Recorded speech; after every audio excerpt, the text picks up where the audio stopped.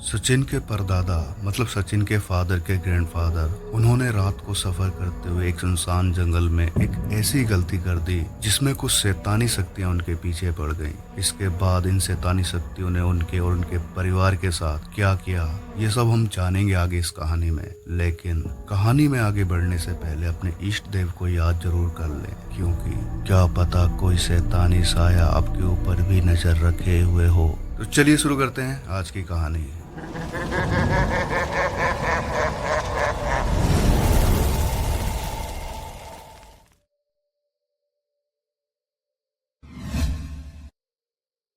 नमस्ते जी, welcome to my YouTube channel demon soul fitness and vlogs. और मैं हूँ डीमन। हमारे पूर्वजों ने एक बात अक्सर कही है कि जब भी आप अंधेरा होने के बाद किसी जंगल या सुनसान जगह पर हो तो कुछ बातों का ध्यान हमेशा रखना चाहिए। जैसे कि अगर कोई आपको पीछे से आवाज दे तो पीछे पलट कर नहीं देखना चाहिए, चाहे वो आवाज आपके किसी जानने वाले की ही क्यों ना हो, क्योंकि भूत प्रेत छलावे आपको आपके जानने वालों की आवाज में पुकारते हैं। जंगल में यूरिन पास करने से हमेशा बचना चाहिए। अगर ज्यादा इमरजेंसी हो तो 3 बार ये जरूर बोल देना चाहिए कि अगर आसपास कोई है तो हट जाओ। लेकिन कई लोग जाने अनजाने कुछ ऐसी गलतियां कर बैठते हैं जिसके परिणाम बहुत भयानक होते हैं। एक ऐसी ही गलती सचिन के परदादा ने भी कर दी थी, और उसके बाद जो कुछ उनके साथ हुआ वो वाकई में रूह कपा देने वाला था। ये बात आज से लगभग 50 साल पहले की है। उन दिनों गांव देहात में यातायात के इतने ज्यादा साधन नहीं हुआ करते थे। गांव के लोग एक जगह से दूसरी जगह जाने के लिए अक्सर बैलगाड़ी या तांगे का इस्तेमाल किया करते थे। सचिन के परदादा, जिनका नाम बचन लाल था, वो उत्तर प्रदेश के इटावा के एक गांव गौरापुर के रहने वाले थे। तो एक बार भजन लाल जी अपनी बहन और अपने बच्चों बेटा बेटी के साथ अपने एक परिचित के यहाँ गए हुए थे। जब ये लोग अपने उस रिश्तेदार के यहाँ से वापस अपने घर के लिए निकलने वाले थे तो शाम का समय होने वाला था। इनके उस रिलेटिव ने इनको काफी रोकने की कोशिश की और कहा, सुबह आप लोग जल्दी निकल जाना, अभी इस टाइम जाना ठीक नहीं रहेगा, क्योंकि जंगल का रास्ता है और शाम के समय जाने के लिए कोई साधन भी जल्दी नहीं मिलता है। लेकिन भजनलाल को वापस घर जाना बहुत जरूरी था, क्योंकि अगले दिन उन्हें एक बहुत जरूरी काम के लिए एक जगह जाना था। खैर, ये अंधेरा होने से पहले वहां से निकल जाते हैं। इनको यहाँ से घर पहुंचने में लगभग 4 घंटे लगने वाले थे। ये लोग गांव से बाहर एक कच्चे रास्ते पर आ जाते हैं। इन दोनों पक्की सड़क केवल शहरों में ही होती थी, तो ये लोग उस कच्चे रास्ते पर आकर किसी बैलगाड़ी या तांगे का वेट करने लगते हैं। अब धीरे धीरे अंधेरा होने लगा था और काफी देर इंतजार करने के बाद भी कोई बैलगाड़ी या तांगा नजर नहीं आ रहा था। ये लोग डिसाइड करते हैं कि कुछ दूर पैदल चलकर आगे जाते हैं, शायद वहां से कोई साधन मिल जाए। अब जंगल का रास्ता शुरू हो गया था। उस जमाने में जंगल काफी घने हुआ करते थे और जंगल के बीच से ही कच्चा रास्ता होता था। क्योंकि अंधेरा अब काफी हो गया था और सुनसान जंगल वाले रास्ते पर ये लोग अकेले थे, इसलिए उनको डर भी काफी लग रहा था। भजनलाल की बहन, जिनका नाम शांति देवी था, वो दोनों बच्चों को हाथ पकड़े चारों तरफ देखते हुए चले जा रही थी। बच्चे, भजनलाल और उनकी बहन काफी डरे हुए थे, लेकिन ये लोग पैदल काफी आगे आ चुके थे, तो वापस उस रिलेटिव के यहाँ जाना इनको ठीक नहीं लगा। ये चारों लोग डरे सहमे हुए उस वीरान और भयानक जंगल में चले जा रहे थे। दूर दूर तक कोई इंसान नजर नहीं आ रहा था, बस आ रही थी तो जंगली जानवरों की खौफनाक आवाजें। तभी उस जंगल की खामोशी को तोड़ते हुए उन्हें कुछ आवाज सुनाई देती है। ये आवाज शायद बैलों के गले में बंधे घंटी की आवाजें थी। अंधेरे में इनको कुछ दूर से कुछ आता हुआ नजर आता है। ये लोग ध्यान से देखते हैं तो वो एक बैलगाड़ी थी। ये लोग राहत की एक लंबी सांस लेते हैं। जैसे ही वो बैलगाड़ी इनके नजदीक आती है, ये लोग उसे रुकने का इशारा करते हैं। जब बैलगाड़ी इनके पास आकर रुकती है तो ये उस बैलगाड़ी वाले से बोलते हैं, भैया हमें गोरापुर जाना है, क्या आप हमें वहाँ ले चलोगे?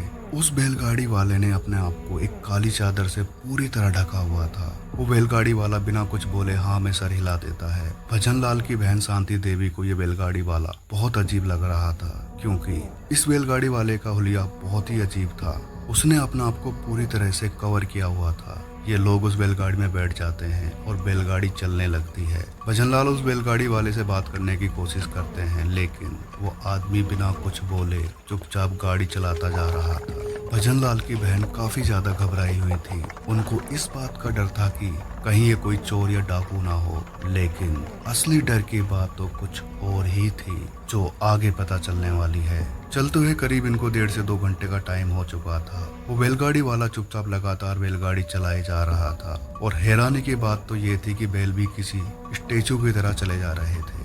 उस सुनसान जंगल में चारों तरफ अंधेरा और सन्नाटा पसरा पड़ा था। चांद की रोशनी में थोड़ा बहुत आसपास का नजारा दिख रहा था और उस भयानक जंगल में सिर्फ यही लोग उस बैलगाड़ी में जा रहे थे। आप लोग खुद को आज से 50 साल पहले के टाइम में इमेजिन करिए कि आप लोग इसी तरह किसी सुनसान भयानक जंगल के रास्ते से गुजर रहे हो और दूर दूर तक कोई भी नजर नहीं आता हो, तो उस समय आपकी फीलिंग क्या होगी।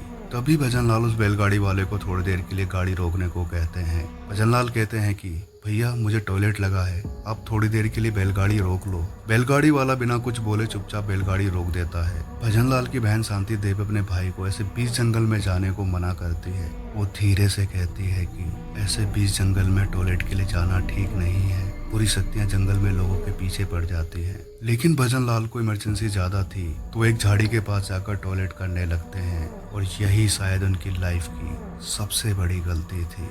भजन लाल वापस आकर बैलगाड़ी में बैठ जाते हैं। इनकी बहन शांति देवी ने दोनों बच्चों को अपने आप से कसकर सटाया हुआ था। इनकी बैलगाड़ी लगातार चले जा रही थी। तभी अचानक भजन लाल जी की तबीयत खराब होने लगती है। ये देखकर उनकी बहन काफी घबरा जाती है। भजन लाल जी को काफी तेज बुखार होने लगा था और ठंड से कांप रहे थे। इनकी बहन उनको एक चादर ओढ़ा देती है।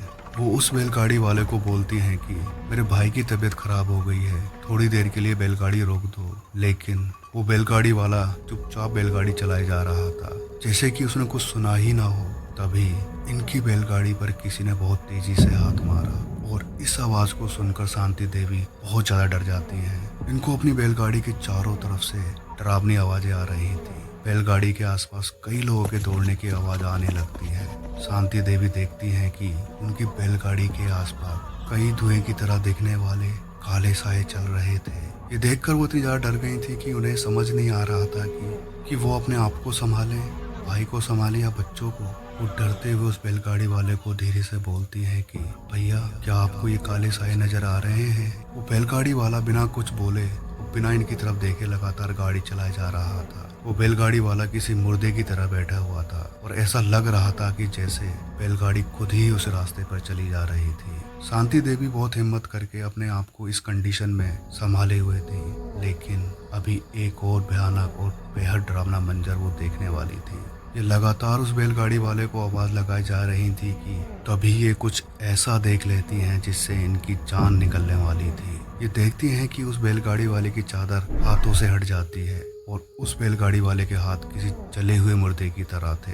अब ये नज़ारा देखने के बाद शांति देवी बहुत ज़्यादा खौफ में आ जाती हैं और डर से रोने लगती हैं। और इधर इनके भाई भजन लाल की तबीयत और ज़्यादा खराब होने लगती है। वो डरावने काले साए लगातार इनका पीछा कर रहे थे। शांति देवी को कुछ भी समझ नहीं आ रहा था कि वो अब क्या करे। एक तो ये शैतानी शक्तियाँ और दूसरा जिस बैलगाड़ी में वो बैठी है वो खुद ही कोई भूत या प्रेत है। शांति देवी रोते हुए हाथ जोड़कर बोलती हैं कि मुझे और मेरे भाई को बख्श क्यों नहीं देते, हमसे जो भी गलती हुई है उसके लिए हम माफी मांगते हैं। ये कहकर शांति देवी भगवान का नाम लेना शुरू कर देती हैं। अब इनके गांव की सीमा भी शुरू हो गई थी, लेकिन वो प्रेत अभी भी इनका पीछा कर रहे थे। ये लोग अपने गांव में आ जाते हैं। पूरा गांव एकदम खामोश पड़ा था। रात के 2 बज चुके थे।